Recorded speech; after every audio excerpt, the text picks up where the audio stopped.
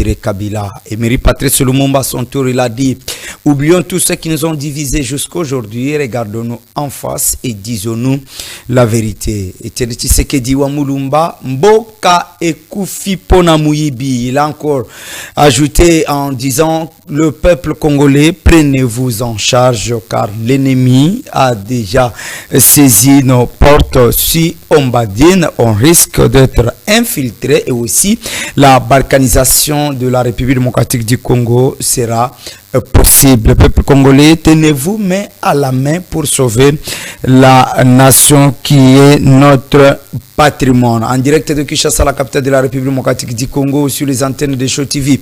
Bandeko Batali, Mbote Lisusu, na Baï Congo, Mani, Banso, Bazwami, na Bunagana, Ruturu, Masisi, Goma.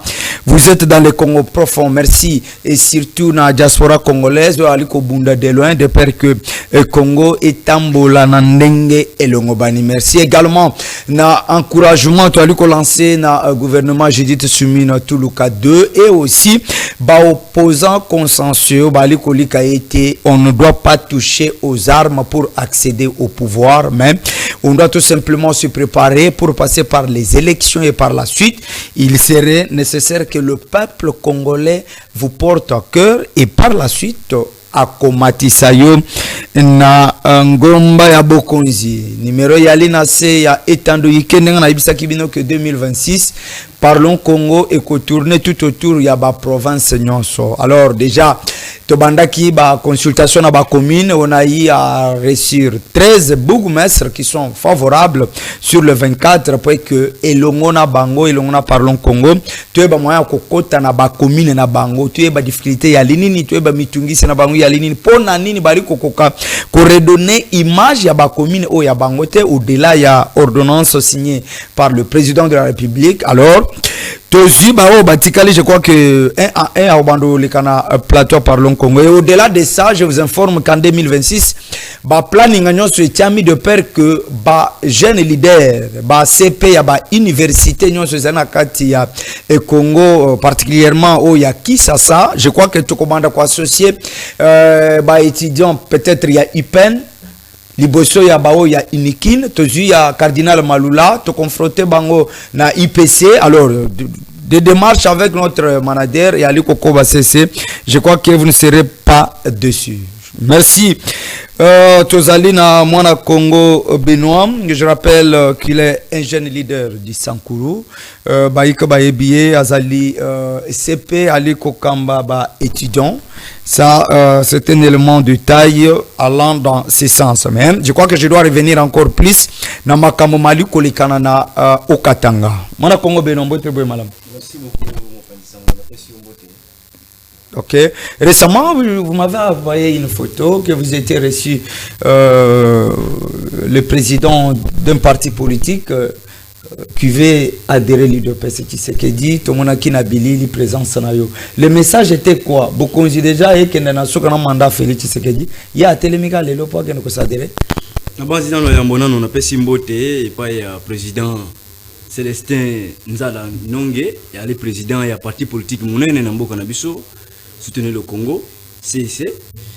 Alors, parti politique Mounene na Congo ya CEC, et lelo sikaoyo kusala alliance na parti ya politique comme on a eu des pestes, Tshisekedi, sikaoyo na diko bobo na 10e mairie, moulu mune ko sa ma 10e mairie, au parti politique soutenir le Congo, il y a président Célestin Nzala Nongue, bali ko sala alliance na IDPS Tshisekedi. IDPS Tshisekedi qui tend vers le mandat, puisque déjà des mandats à Félix Tshisekedi. Peut-être on peut préparer Augustin Kabouya à la longue, fils Moukoko également à cause de la paix de fin, puisque c'est quelqu'un qui a livré toute sa jeunesse dans la Kata IDPS. Ce qui te dit à Jekobea, te commissaire de faire Tshisekedi. Je crois que IDPS a démarré dans Kabunda, le bac remise et reprise dans Jésus.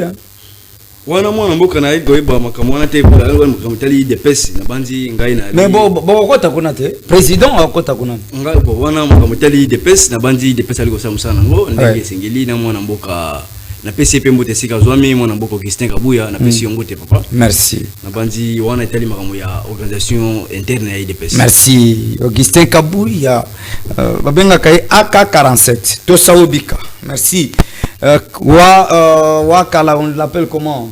Wayamboya Mokonzi. Alors, on attend notre premier sujet qu'on doit évoquer cette question de la République. Vous avez Congo, Ezali Nambulungani, Naba province. Aujourd'hui, Daniel Bumba Lubaki subit peut-être la mégestion, il y a un gouverneur, monsieur Naba province, Nabango, croyant que Baliko Yambango Mbango na Kisasa.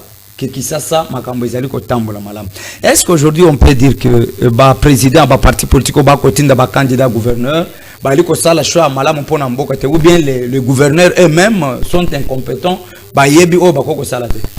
Merci beaucoup, mon amboka nabanzi yambona nous faisons le pote ba yimbo kabaïba différence linko la kisabiso entre gouvernement national et gouvernement provincial. Parce que bayimbo kami bayi koyeba kaka que non nyonso senge mo konda mboka sala ce que moni même matin na mboka na biso na ville province Kinshasa ce qui ata couré ezate bali ko benga mbala moko mo konda mboka tata ikolo président république la biso mama courant ah ouais fulu ali na nzela bali ko benga président république ma elite bali ko benga président république mais te futo babele la nani puisque mo kantombo na zana manda te mwana mboka esengeli bayimbo ko bayi bakeno ndenge to ali boye pouvoir les alliés et kaboma des gens de au bien le poteau de décentralisation ah ouais tu as le pouvoir il y a présidence de la république tu as le pouvoir il y a gouvernement na pouvoir il y a la province ah ouais alors na ba province et comment mais pas gouverneur gouvernement comment mais pas premier ministre chef du gouvernement dans le moment na biso soumino chef du gouvernement maman na pese pembote tu as le président de la république alors na makambo itali développement na ba niveau ya province on est charge ba gouverneur na ba député provinciaux na assemblée provinciale alors gouvernement national bali ko sala nini bali ko zela oyo gouvernement provincial ba ko pesa ba rapport ah ouais ndesika gouvernement national ba zui rapport wana mais pas mo ko ndamboka ah ouais et donc ce que ba imboka bali ko yeba te mon ntel zela ezalite ba ko benga président de la république ah ouais au moins yalite ba ko benga président de la république te et c'est ba benga ba gouvernement provincial ezali dans la ministre provincial dans la ministre ya environnement nyonso wana ezali na niveau provincial ah ouais donc directement ba imboka bali ko tala directement mo ko ndamboka nanu te il faut sengeli ba tala ba bali ko kama na niveau provincial ba gouverneur ba chef ya o bali ko benga bango ba chef ya nani ba territorial les bango na ko kama chaque entité avant que rapport comme pas président de la république et les grands ne comme et le na secteur et comme na territoire et comme na province et y na gouvernement gouvernement qui n'est pas président de la république ah oui mais ba yimbo ko tant so président de la république ya tamso de kama mayawa par exemple j'ai pas na biso na Sankuru na Lodja par exemple au moins na kuna na Sankuru même en termes nzela mukeboy bali ko benga président de la république tandis qu'il y a le gouvernement provincial ali wana OK donc sengeli ba yimbo ko baye bakeno pouvoir les aller décentraliser ah oui le pouvoir il y a présidence de la république ezali pouvoir payer gouvernement exécutif national et provincial alors makamotali ba problème ya mikel ba niveau ya province et tel ne ba gouverneur alors ce que il a le côté là ba gouverneur puisque plusieurs gouverneurs lelo bali ko yoka mot d'ordre puisque d'ailleurs au Sankuru élection izalaki il y a eu des mains noires peut-être on peut le dire dans ce sens que aujourd'hui tomoni muto akambaki ba yimbo ko balobi ka kami malamuté réélu gouverneur est-ce que ils en a part il y a responsabilité na kati ya ba assemblée provinciale na kati mboka na biso. Merci beaucoup. Na banzi wana question ya Etali Sankuru. Sankuru oui. Merci beaucoup mon amboka na banzi likamo Sankuru. Na banzi Sankuru ezali province moko nde ba benga na tala. Miroir ya république. Parce que Sankuru nde bimisi mwana mboka Patrice Emery Lumumba oui. Sankuru nde na banzi bimisi mwana mboka la mère Mende. La mère Mende au Malanga. Sankuru bimisi mwana mboka Cheikh Tutundu. Ah oui. Et bimisi mwana mboka Olengankoy. Ah oui. Na bandi bali mingi o Sankuru ebimisi. Ah ouais. Alors na makambo tali élection c'est na province ya Sankuru na bandi biso. Ah ouais. Bilenge. Ya agissé. Ndenge ya biso ko réalité. Wana esali mi kuna ezali o ba bengi na lopoto négociation. Négociation parce que biso et to sepelté na bozongi ya mwana mboka l'ordina poste ya gouverneur ya province de Sankuru. Parce que depuis azalaki wana na Sankuru bokelelo bokomi même na loja olongo loja po koma na Benadibele ata mo nzela ata 1 mètre zali na place na Sankuru ndengali wana ezata na toilette publique yalte Sankuru ndengali wana Sankuru ndengali wana ata mo aéroport boy ezate talo kumona aéroport a loja na ibite soki okomana aéroport bakotaki ezaki na mabele na zamba te zamba mabele te zamba aéroport ya loja et pendant qu'il y avait les 10 fils oyo babandaki ko kamba Sankuru hein.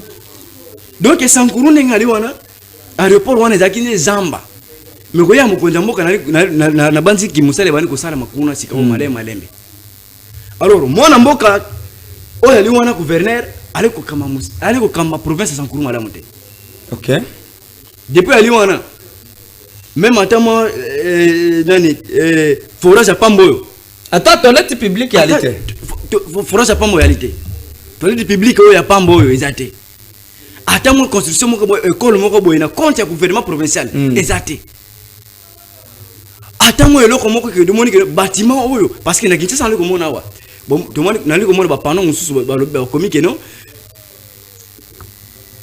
les travaux financés par le gouvernement provincial nali ko mona yango na pesi ndeko na biso gouverneur Bumba Mbote Daniel Bumba Lubaki ko sa musala malamu na moni na Sankuru kuna atate mo pendant moko ba komi ke non les travaux financés par le gouvernement provincial. Réalité. Exact. Peut-être la régie financière il y a Sankuru a posé problème hein. Non ndeko. Mwana mboka ezama comme régie financière ya Sankuru. Ezama comme ya volonté politique. Ah oui. Na bibi ezama comme ya volonté politique. Merci. Parce que Sankuru elle ko zanga eloko moko te. Sankuru en na mai. Ah oui. Sankuru ezana na zamba. Mai na biso wa suka utiliser ka mai na biso na bandi Sankuru bempo bali ko futa na Sankuru ba imponi zali aussi sali ko sa musala deuxième ali ko sa musala tous les bas services nous sali ko sa musala mbongo wana ali ko kene wapi merci mbongo wana ali ko kene wapi merci mwana mboka wana parce que ba service nous ba taxi nous ezali na Sankuru merci puisque au monde bande ko ya transport bande ko moto tu conso bali ko futa ba taxi merci mais mbongo ali ko kende wapi merci mbongo ya ali nano te to monde no gouvernement provincial ba kamati que non ba certainement bâtiment moko boye financé par le gouvernement provincial. Ah oui, et aussi dès l'autre ali koloba puisque ici il peut se poser la question de savoir mais je suis ba gouverneur monsieur sur le réseau Tchad Daniel Bumba na difficulté na Kisasa tokomi ebele. Je prends l'exemple Yamalamu d'une dame qui travaille exceptionnellement et puis a créé politique de proximité. Oyo batu mususu bazaka na incapacité à créer. J'ai dit cette dame d'État crée une proximité avec la population na kati ya Okatanga. Lubumbashi soki yo okei lelo na ebisio okokanisa ka ozali na moyo mebutu. Puisque na kuna na Okatanga tozali na maire de la ville Madame Joyce Tunda oyo a redonné image malamu ya Okatanga koleka bayo ba remplacer ki na kiti wana soko tali musala maman Joyce Tunda a sali en tant que maire ya ville, je vous dis c'est exceptionnel.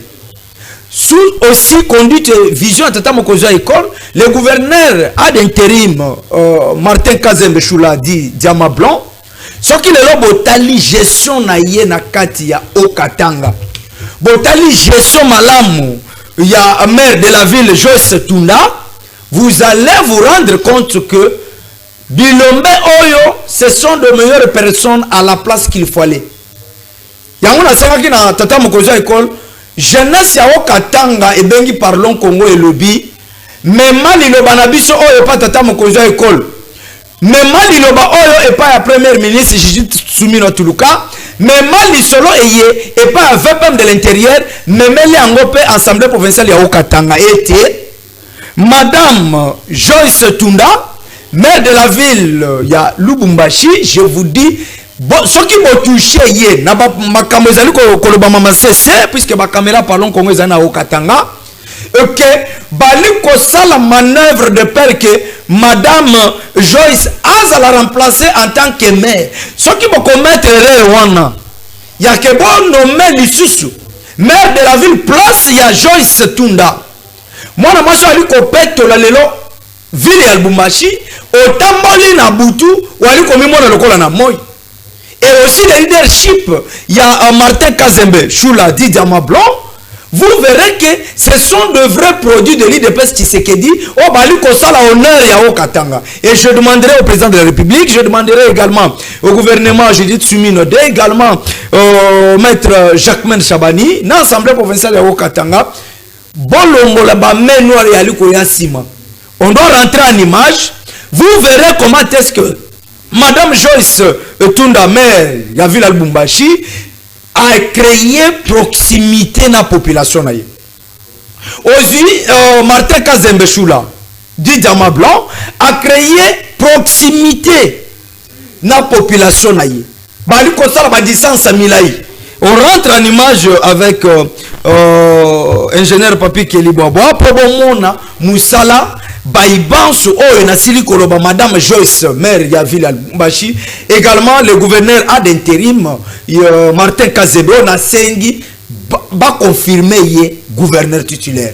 Puisqu'à la Kissi, de quoi il est capable, à la Kissi que, au lieu de l'intérimaire, de bloquer la démarche Moussous, qui ne peut pas engager la province, il est temps.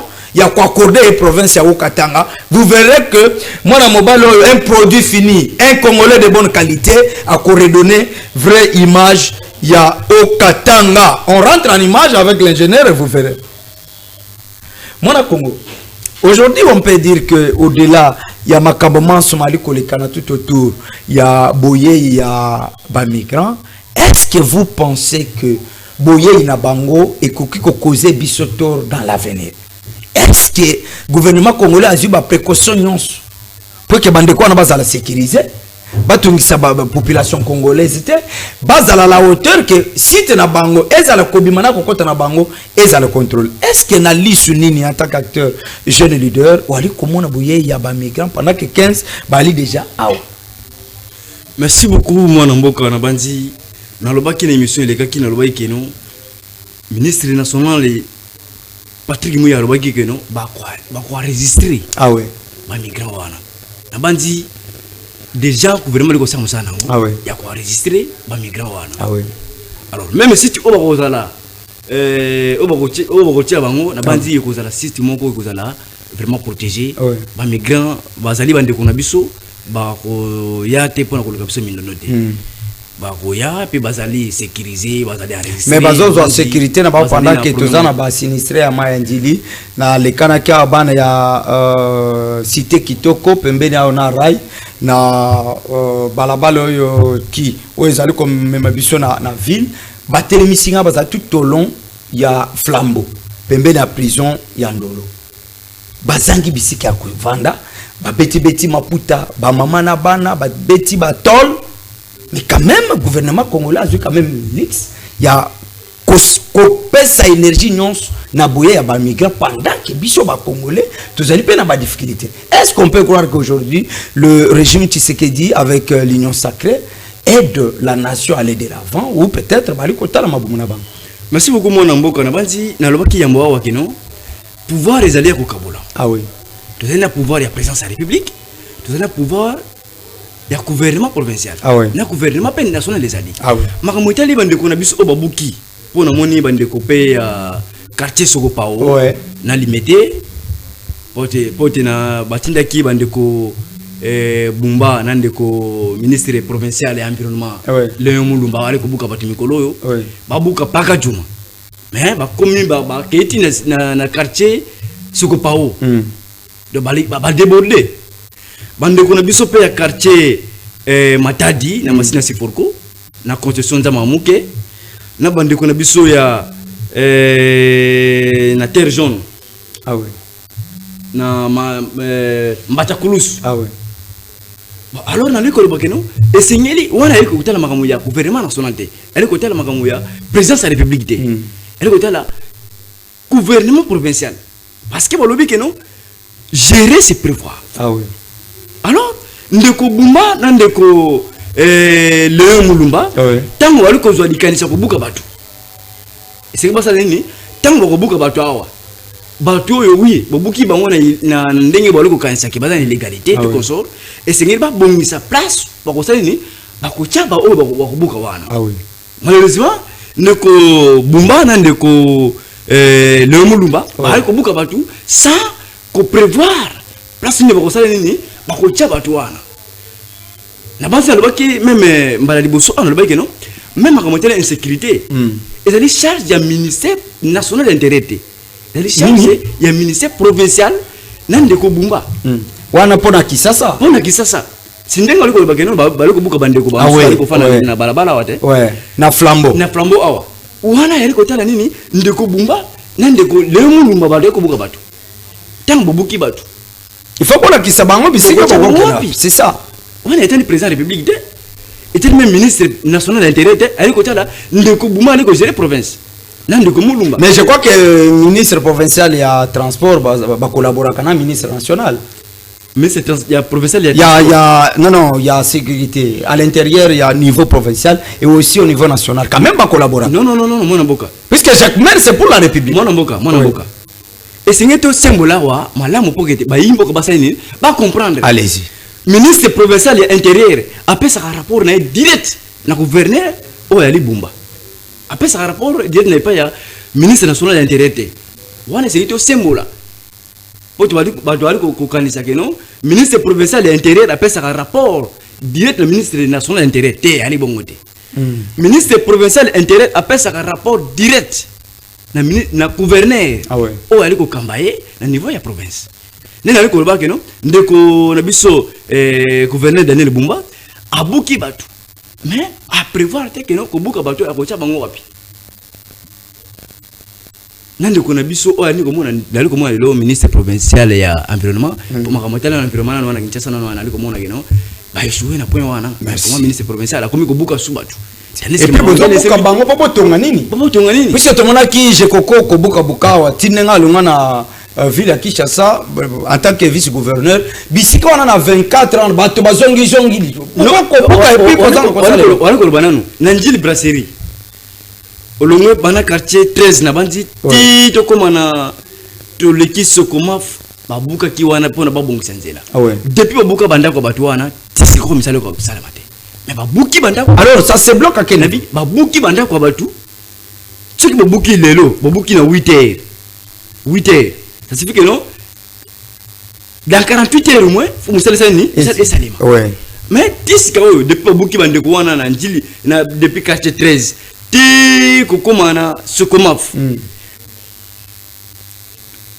tundoli kaka ndenge wana merci eloko mo ko sala mate alors toli ko senga ndeko Bumba ke non bandeko o babuki o bazana flambeau o babuki na o ba déborder na quartier Sokopao na commune limité bandeko mususu babuki na quartier Matadi na commune ya Masina na quartier Matadi na Masina Sipurko na concession André Mouke bandeko ba ko panda tisika o libanda so tango ba solution mais ba migra quand même si te bimi ba migra ezali makambo etali gouvernement national mais ko buka o buka mi ya Kinshasa ezali gouvernement provincial merci parce que ba migra ba ezali effort ya diplomatie ya mokonzi mboka ne lobaki efuta pays nani boye na bango boye république boye gagner ni boye ba migra na banzi ke premièrement d'abord ezali effort d'abord ya diplomatie ya mokonzi mboka de lobaki diplomatie assistante ya mokonzi mboka nde na ko pesa pele sous maman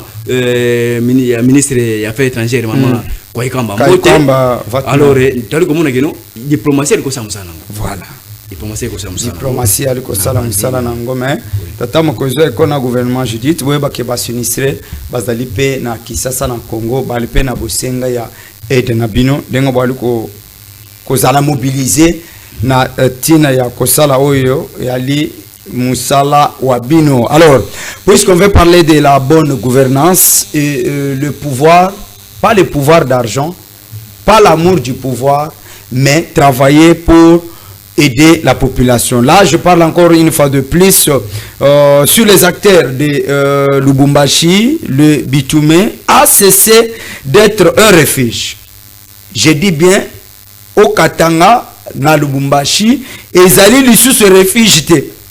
Puisque le 19 février récemment, dans la ville de Lubumbashi, et s'est transformé en scène de renaissance. Donc, Bozali Samia, Madame Joyce Tunda Tiasa, a redonné la vraie image ya Okatanga et surtout na kati ya ville ya Lubumbashi. Wali kotambolo na butu lokolo na moi. Pet okomona likasa ta ya kokauka na sete. Okomona mwa mulangi mutu amelima ya bwaki na balabala te. Molili bana ya Lubumbashi bakabwani na mulili, bakabwana nde na bosoto. Nyonso wana par rapport ya engagement, détermination, ya ko redonner la vraie image ya ville ya Lubumbashi également. Au Katanga, eza la transformer. Ya on a senga kike tata mokozo ekolo na gouvernement Judith et sengeli bo maintenir Martin Kazembe azala gouverneur titulaire ya au Katanga, engagé directement au Katanga, puisque détermination na ye, il fait la fierté de lui de Petit Tshisekedi na kati ya au Katanga. Également na Madame Joyce Wazali maire ya ville ya Lubumbashi. Jeunesse, il y a eu de pèse base Kamanyola.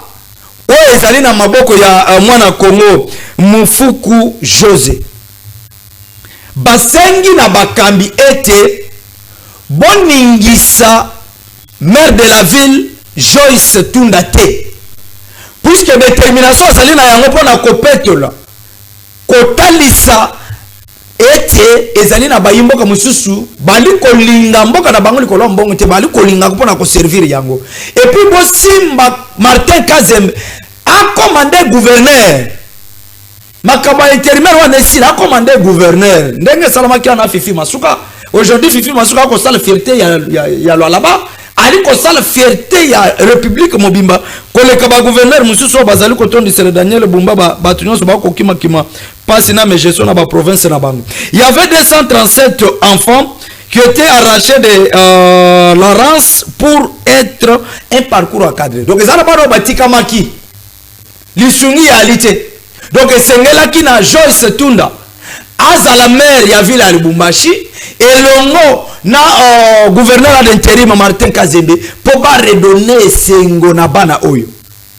Yali ko sala na ba province mususu te yango to sengi que gouvernement provincial os dirigé na Martin Kazembe l'a dit Diamant Blanc et le mona maire ya ville Joyce Tunda Bokuroné Bango et parlons Congo est là pour vous soutenir, accompagner vos actions et vous à la basenzeli ya ba action kitoko ya tata mokozo école na kotika binote je vais vous soutenir jusqu'à tel point que Maman Joyce, on continue en tant que maire de la ville et aussi Jean Martin Kazembe Choula dit Diamant Blanc, on continue qu'on la confirmer gouverneur ou engagé directement province ya au Katanga.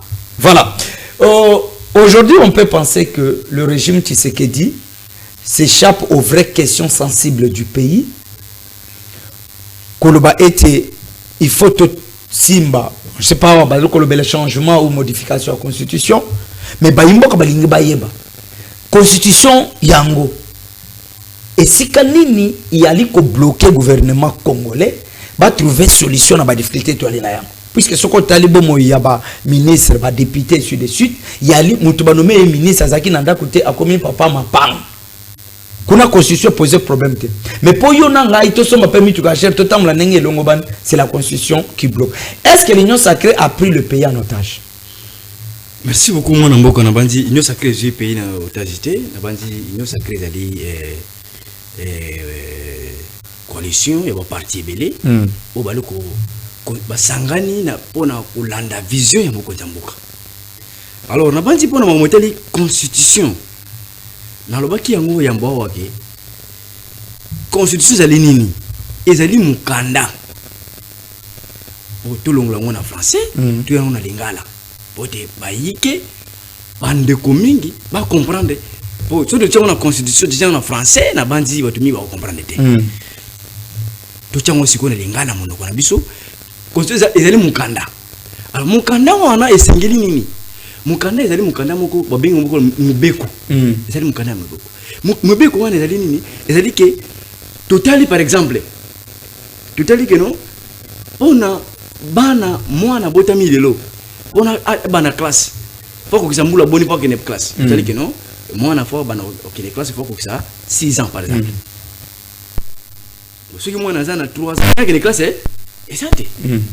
Ceux qui mwana za na 4 ans que les classes et ça té. Selon boloka na biso tout monde que non mwana faut bana classe na combien na 6 ans. Et ça ndenge moko na mukanda ba bengi constitution.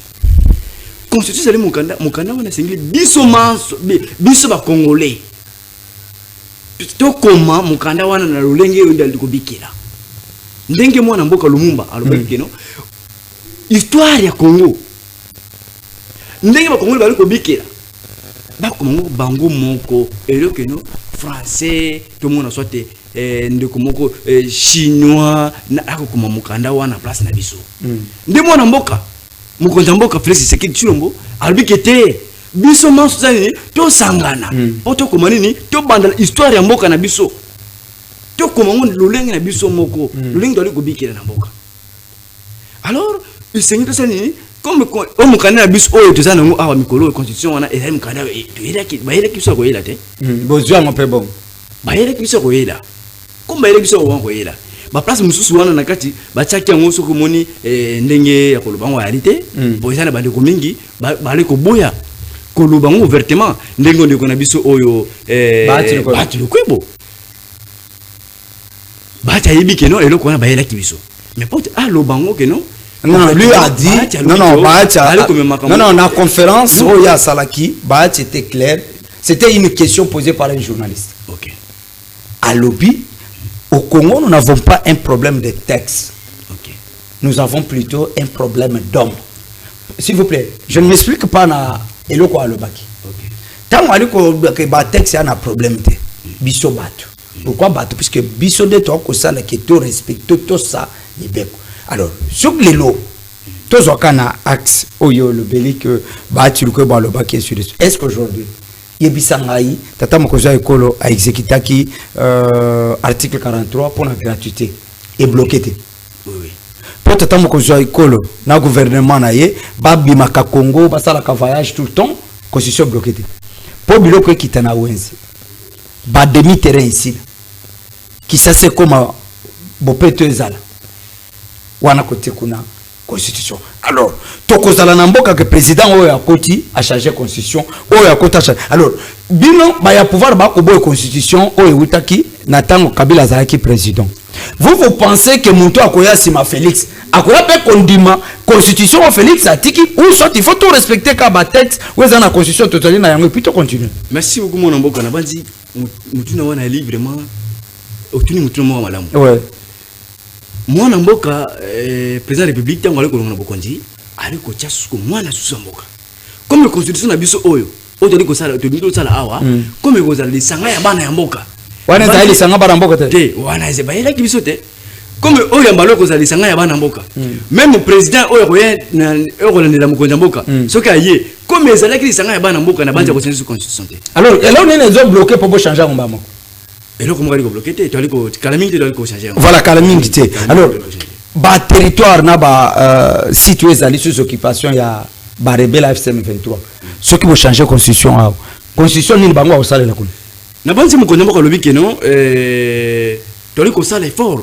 Mais fort, que ça est ah, non, non, Bunda pour nous libérer la province où vous allez, le secteur où on a territoire vous allez occuper. Bon, le mandat, la fin du mandat cette année 2028, attention, il ne faut pas oublier. Hein.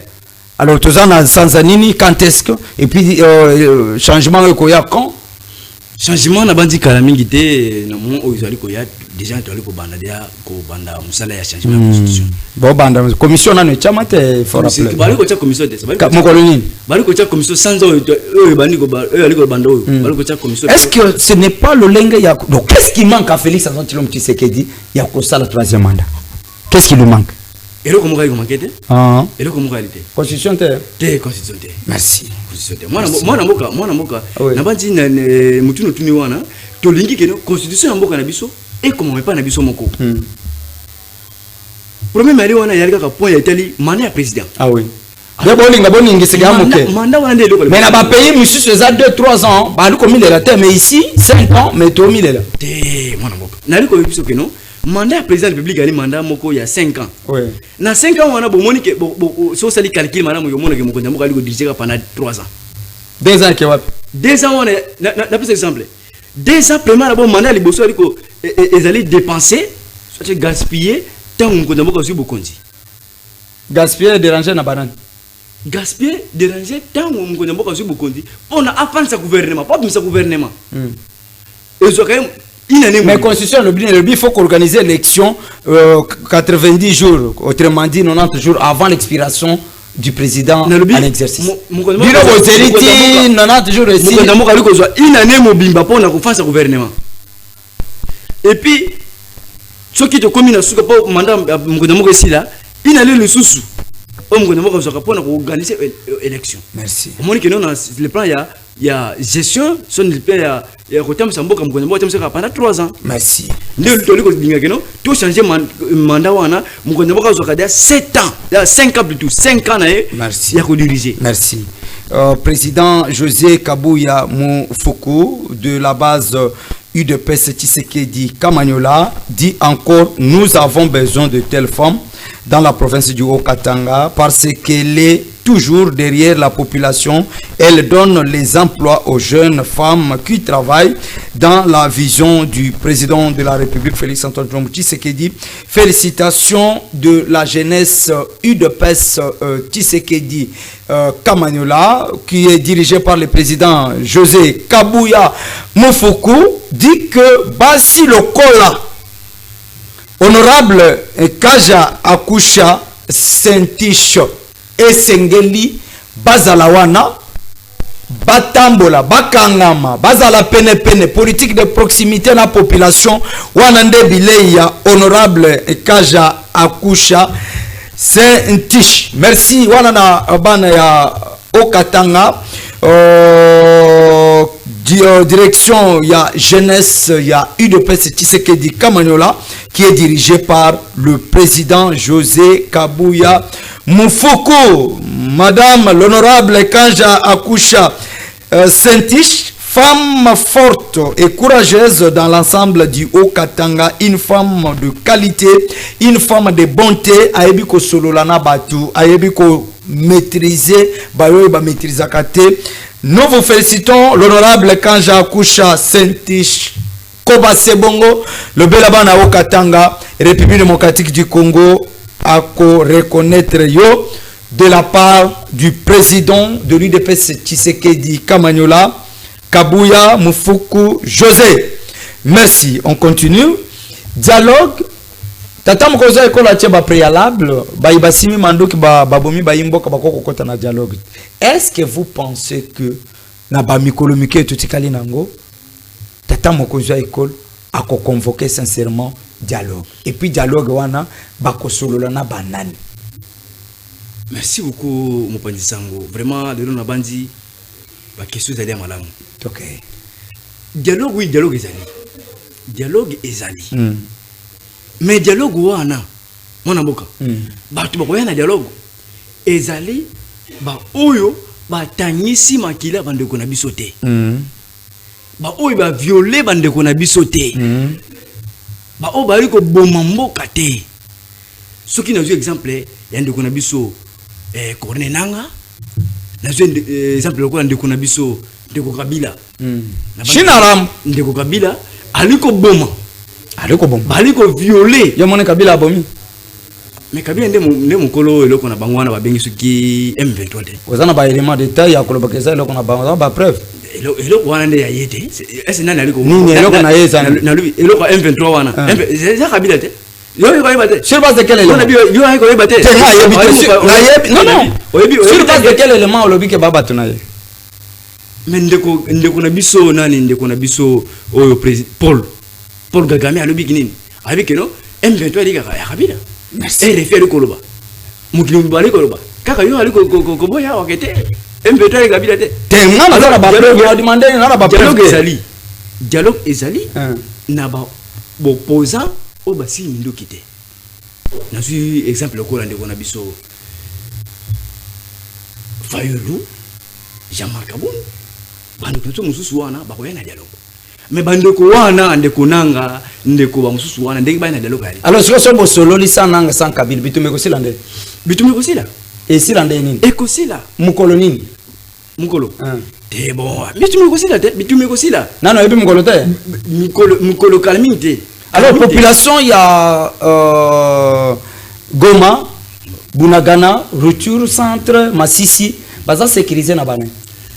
Bazali sécurisé na Batomboki. Que fait le gouvernement congolais? Gouvernement c'est na ko bageno ke Kalamini te toli ko libérer ba. Merci. Ba mboka. Mwana mboka.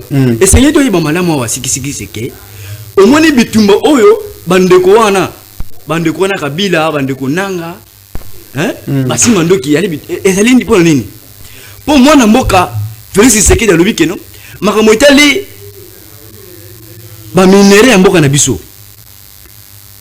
Makambo etali minere esengeli wale koma lelo nani miba ekufa te miba ekufa 7 ans pouvoir régime Tshisekedi ba relancer miba ekufa je kamina ngwana keno kokufa po nini po bango tuana bali ko linga keno ba pesa ka bango ba carré minier ba nani wana si bande ko mona kinde ko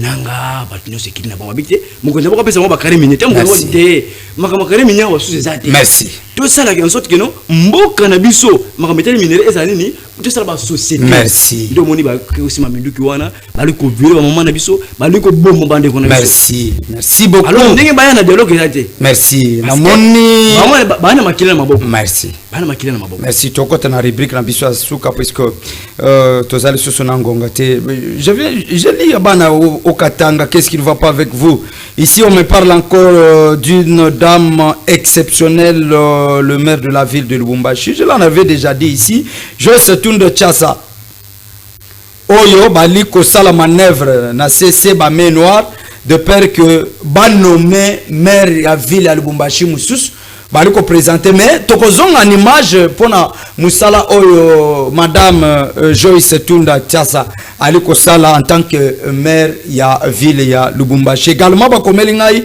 l'honorable Kanja Akuja Sentish à l'Assemblée provinciale du Haut-Katanga, une femme exceptionnelle, une femme de distinction, une femme qui fait vibrer l'Assemblée provinciale. Il y a Haut-Katanga, Oyo, Banaya, Haut-Katanga, UDPS Tshisekedi, base Kamanyola, Oyo Kambamina Mwana Congo José Mufuku Kabuya, Basengi était honorable Kanja Akusha Akobandewana. Alors, le ministre provincial des Mines, Excellence Owanja Serge, avait effectué une descente d'inspection sur terrain dans les coins différents. Son objectif est de promouvoir l'intérêt de la province du Haut-Katanga selon la vision du gouverneur à l'intérim Martin Kazembe Choula dit Diama Blanc. Les choix de la jeunesse congolaise, l'excellence Onja Serge contrôle tous les coopératives minières du côté territoire Kambové A. Respectons la vision du chef de l'État, président de la République démocratique du Congo, Félix Antoine Tshilombo Tshisekedi dit Fachi Béton. L'excellence Onja Serge ne se repose pas dans son bureau et ne cessera jamais de détourner la province pour promouvoir l'intérêt provincial du Haut-Katanga. Courage à vous, Excellence Onja Serge. Le travail abattu. Elengi ya Musala et Salaka moi Ngoko. Voilà. Vers la fin. Kanga Mamboko na yo deux questions seulement. Talaba Imbok. Yebisa Bango. Et là, on est Zangi Félix Tshisekedi à son troisième mandat. Merci beaucoup. Il n'y a pas d'explication. Au Rubika, et là, on est Zangi pour son troisième mandat. Et là, comment réalité? On doit soutenir quand même Félix Tshisekedi. Donnez l'union sacrée. On doit soutenir Félix Tshisekedi. On doit soutenir la vision de Mkonyamoka. On s'appelle l'union sacrée. Donnez l'union sacrée. Yebisanga et loko. Oyo koko soutenir Kabila te. Mais le quoi ne s'allait pas Félix. aussi courage à soutenir. Vraiment d'abord Félix Ali Mwana Mboka. Voilà. C'est ça la réponse. Explication. Félix Ali Mwana Mboka. Yebisanga eloko oyo Tshisekedi akutaki cher na régime ya Kabila ya kitisanga.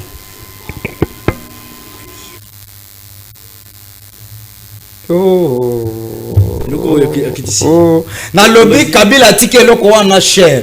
Mais Tshisekedi a eu pouvoir à commissaire au moins cher.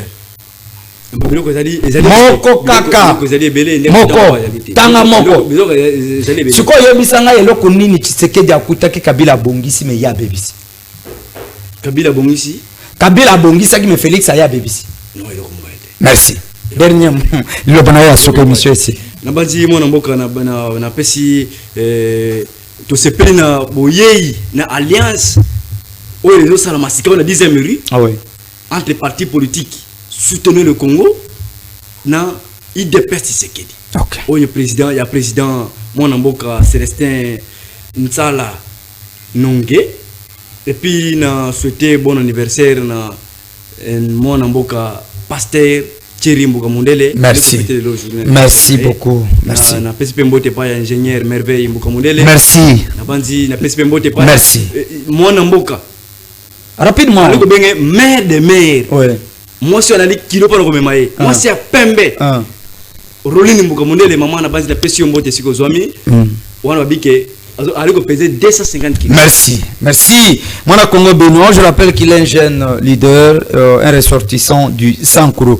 Bon, on n'a pas suffisamment d'état. Je crois que je dois revenir sur la question de Raskin avec le DG Igue.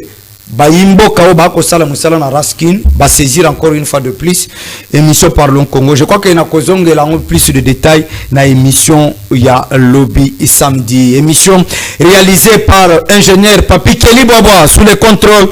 Il y a Cordo H Kabengele avec la surveillance de Papi Samba, le directeur de production et tout le personnel de la chaîne Show TV et l'équipe Parlons Congo des Show TV. Nous vous félicitons pour votre attachement et je vois la présence de mon petit que j'aime beaucoup. Fisson qui soit